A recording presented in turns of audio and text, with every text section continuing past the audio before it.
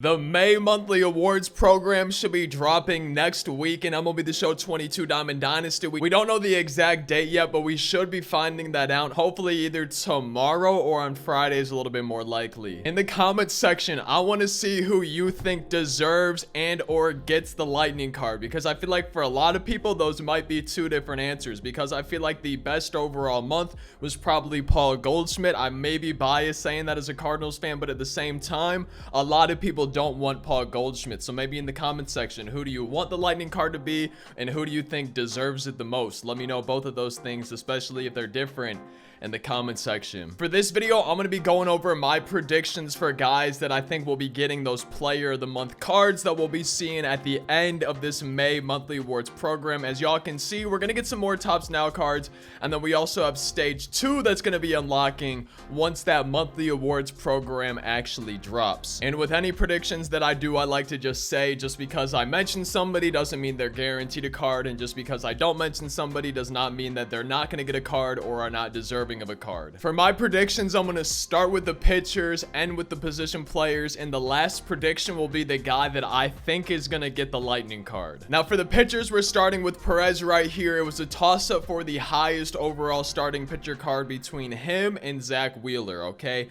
Zach Wheeler's got an 83 live series, Perez has got a 74 live series for their highest cards available, and they were the two WAR leaders for the month for starting pitchers. They both had 1.4. However, I'm going to give the higher overall card to Perez because he had the lowest earned run average among all starting pitchers for the month of May at 0.64, and the second place guy was Shane McClanahan at 1.15. So I feel like that's just such a big difference for earned run average. Obviously, that's not the end all be all, but Perez also threw the second most innings among starting pitchers at 42 1/3, only behind Framber Valdez at 43. So literally there was only 2 extra outs by Framber Valdez, and Martin Perez still had that low ERA below 1, which nobody else did for starting pitchers. So I thought that was kind of crazy, but I will say that Zach Wheeler had the highest fielding independent pitching by a pretty large margin. But out of those two, I would personally give the edge to Perez for who's going to get the highest starting pitcher card. For my second starting pitcher prediction, we got Triston McKenzie. This one was a toss-up between him and Nestor from the Yankees. I feel like both of them are deserving. I feel like there's a lot of guys deserving, right? It was between Zach Wheeler and Perez. I went with Perez for that first prediction.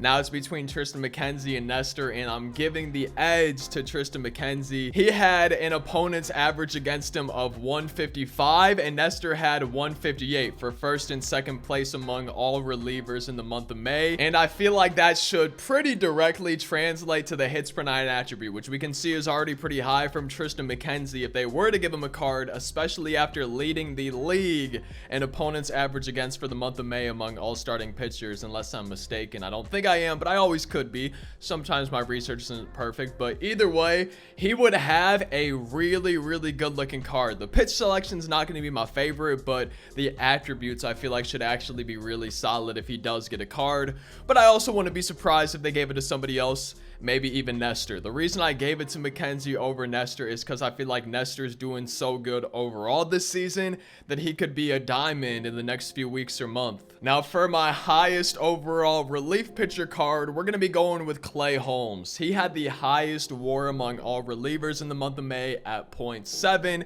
and he also allowed 0 earned runs in the entire month of May. But at the same time, other guys allowed 0 earned runs for the entire month, including AJ Minter, JP Fireisen, Brock Burke, Rafael Montero, Harlan Garcia, and Ryan Stanek. I think all also allowed 0 earned runs. But another cool thing about Clay Holmes in the month of May, in addition to allowing 0 earned runs and leading all relievers in WAR, is that he also allowed 0 walks, none for the entire month of May, in addition to also striking out nearly 10 hitters per 9 innings and holding his opponents to a 170 average against him. And then he also led all relievers in Sierra at 0.42, where second place was 0.93 and everybody else was above 1. So I feel like he just had a kind of crazy month, and I would be really surprised if he didn't get a card for the May monthly awards. My second and final relief pitcher prediction, fourth and final pitcher prediction for the May monthly awards cards is given to Spencer Strider. And as y'all can see, he's already got really good velo and hits per 9, so we know that would be probably higher on a monthly awards card when it's already really good, at least for the hits per 9. Velocity would probably be about the same. But in the month of May, this dude struck out 16.2 hitters per 9 innings. I feel like that's kind of crazy. He led all relievers with fielding independent pitching. He had 0.6. Second place was 0.77. I feel like that's crazy to have a fielding independent pitching of 0.06, man. That's just wild to me, especially considering how far away second place was. And then he was tied with 6 others for second place in WAR. We said Clay Holmes was first at 0.7. Spencer Strider, along with 6 others, were at 0.6. So very, very close to that first place spot, only 0.1 behind. And then for the month of May, opponents had a 209 average against him, and then he had a 0.94 whip. So now we're on to my position player predictions, starting with somebody who I personally really hope gets a card. We got Wilson Contreras, a catcher from the Chicago Cubs, and that's the reason I really hope he gets a card, is because he's a catcher. And at the moment, I feel like we don't have a lot of usable catchers, at least guys that I want to use. I've tried the diamond catchers available, and I haven't really liked anybody besides Jorge Posada, so it'd be really nice to have another diamond catcher to at least give a chance. And the one stat I have to maybe try to convince y'all to agree with my prediction is that out of all the guys in the month of May who don't already have diamond cards in MLB The Show, he had the highest OPS, the highest on base plus slugging at 1018.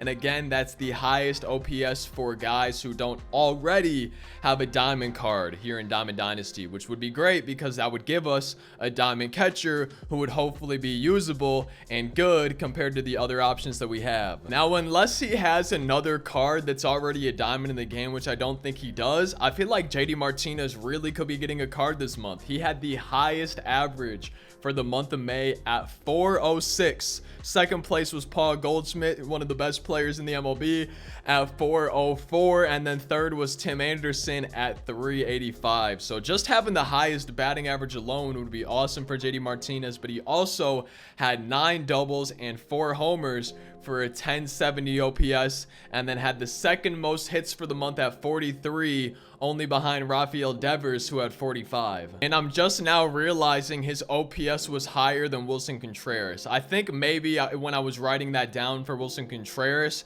I was thinking of JD Martinez diamond from last year. Either way, I feel like both the JD Martinez and Wilson Contreras are both deserving of cards for sure, and I would not be surprised to see either of them or both of them get cards. Now here's my final prediction for the video, my prediction for the Lightning card. I want to just preface this by saying, yes, I'm probably being a little bit biased as a Cardinals fan, but at the same time, Paul Goldschmidt had an insane month of May. He ended the month, as we can see right here, on a 22 game hit streak. He just had an insane month. But I do want to say that I would not be surprised if they gave the Lightning card to somebody else, just because the community has been very, very vocal that they don't want another first baseman.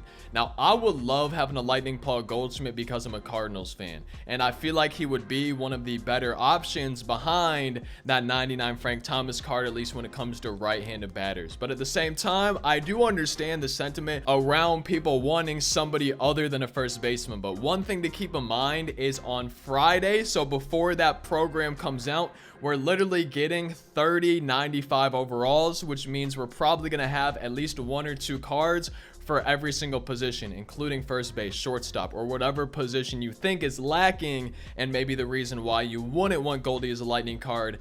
That position is going to be getting at least probably 2 95 overalls on Friday, which is before this May monthly awards program is coming out. Now, a lot of times for my Lightning prediction, I would go with the WAR leader for the month. However, that ended up being Mookie Betts at 2.6. Goldie was at 2.4, tied with Rafael Devers. So hey, maybe Devers could get one. But right now, Goldie's highest card is his live series at 88.